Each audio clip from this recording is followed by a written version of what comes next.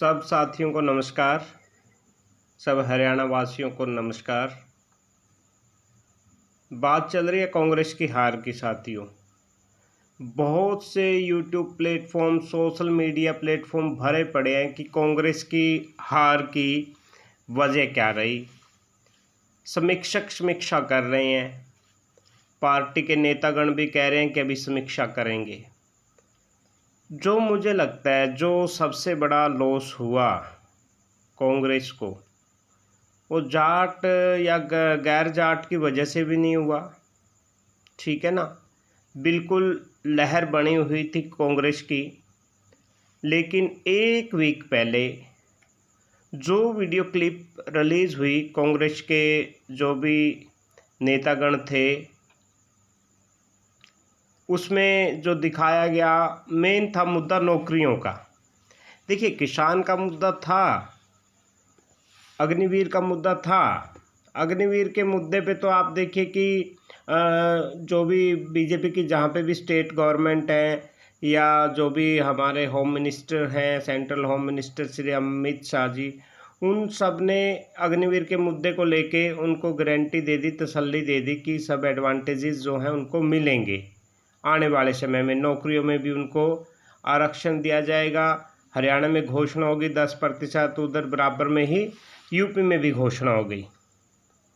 लेकिन मेन मुद्दा क्या रहा, जो मुझे लग रहा है पर्सनली, नेतागणों के जो बयानबाजी थी कि 2000 मेरे पास आ जाना, 2000 व्यक्तियों को तो नौकरी मैं पक्की कर दूंगा, तो वहाँ कहीं न कहीं युवाओं को उद्वेलित कर दिया, सोचने पे मजबूर कर दिया सरकार के ये जो भाषण थे, विपक्ष के ओर से जो भाषणबाजी थी नौकरियों को लेकर कि हाँ हम नौकरियां दे देंगे। और नौकरियां उन्होंने ये नहीं कहा कि जो ट्रेंड चल रहा है बिना खर्ची बिना पर्ची, जो ग्रुप सी और डी में विदाउट इंटरव्यू नौकरियां मिल रही हैं, ऐसी बात को भुनाने में कामयाब नहीं हुए विपक्षी दल, विशेष तौर पे कांग्रेस, क्योंकि दो पार्टियों के बीच में ही मेन चुनाव था अब की बार हरियाणा में। अक्षेत्रीय दलों से तो, बाकी अक्षेत्रीय दलों से तो नाउम्मीद हो चुकी है जनता, त्रस्त हो चुकी है। तो साथियों, युवाओं ने सोचा अभी 1,40,000 हरियाणा कौशल में थे, उसके अगेंस्ट बयानबाजी करते रहे हुड्डा साहब। दूसरा 25,000 के करीब और साथी अभी लगने एग्ज़ाम वगैरह देखे बैठे हुए थे युवा, उनको भी डर भय हो गया भाई कहीं सरकार चली गई तो कहीं सिस्टम ही बदल जाए। सिस्टम इन द सेंस कि नौकरियां उस हिसाब से हो ना, बिना पर्ची खर्ची ना मिले, किसके पांव पकड़ते फिरेंगे युवा भाई, कहाँ से पैसे इकट्ठे करके लेके आएंगे। तो उम्मीद जागी दोबारा से। बीजेपी तो अपनी हार एक तरह से मान के बैठी हुई थी हरियाणा में। आप देख रहे हो ना, रैलियां इतनी कम हुई थी, उनके बड़े बड़े नेतागण जैसे पीएम श्री मोदी जी हैं, वो भी बाहर विदेश की यात्राओं पर थे। या इतना बड़ा कोई चाणक्य नीति नहीं चली हरियाणा के चुनाव में अब की बार।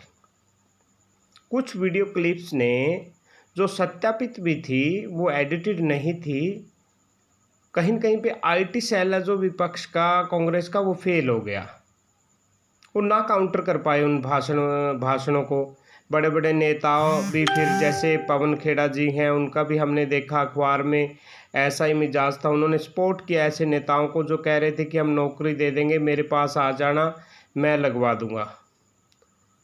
तो जो मेहनती युवा हैं, जिन्होंने सालों प्रतीक्षा की है, अपने स्वाभिमान को जिंदा रखा है और स्वाभिमान से नौकरी पाने की, तो ये मेन मुद्दा रहा है। समीक्षा करेंगे तो ये निकलेगा।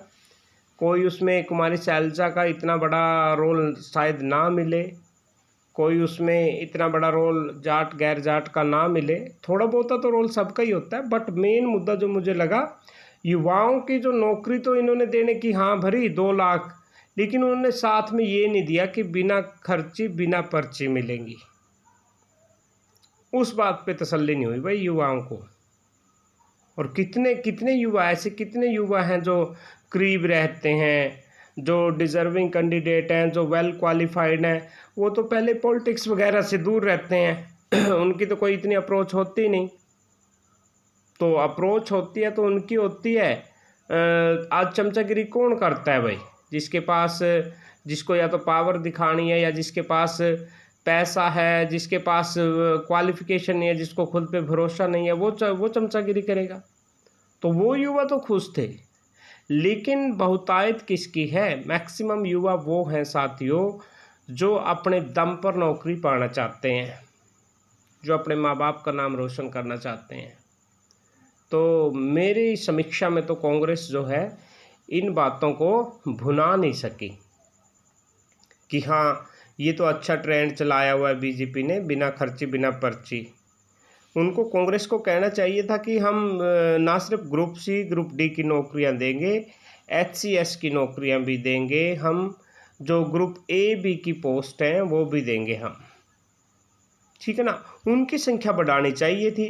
वहीं ग्रुप C और ग्रुप D पे वो अटक के रह गए। ग्रुप C और ग्रुप D तो आसानी से बीजेपी दे ही रही थी, संख्या चाहे बेशक थोड़ी कम रही हो, लेकिन सोच तो रही है ना यूथ के बारे में। और हरियाणा कौशल पे क्वेश्चन मार्क कर रहे हैं, बट हरियाणा कौशल तो एट ए सडन कितने लोगों को सहारा दे दिया उसने। और साथ में ये भी जुठला दिया कि Haryana Kaushal is not a substitute for permanent jobs, regular job भी लगा दी। और देखिए सैनी साहब का जो था मिजाज, देखिए आप, कभी बड़े बोल नहीं बोले उन्होंने। जो CM रहे लास्ट के कुछ मंथ से, कोई बड़े बोल नहीं बोले। उनकी विनम्रता भी शायद यूथ को, युवाओं को पसंद आ गई।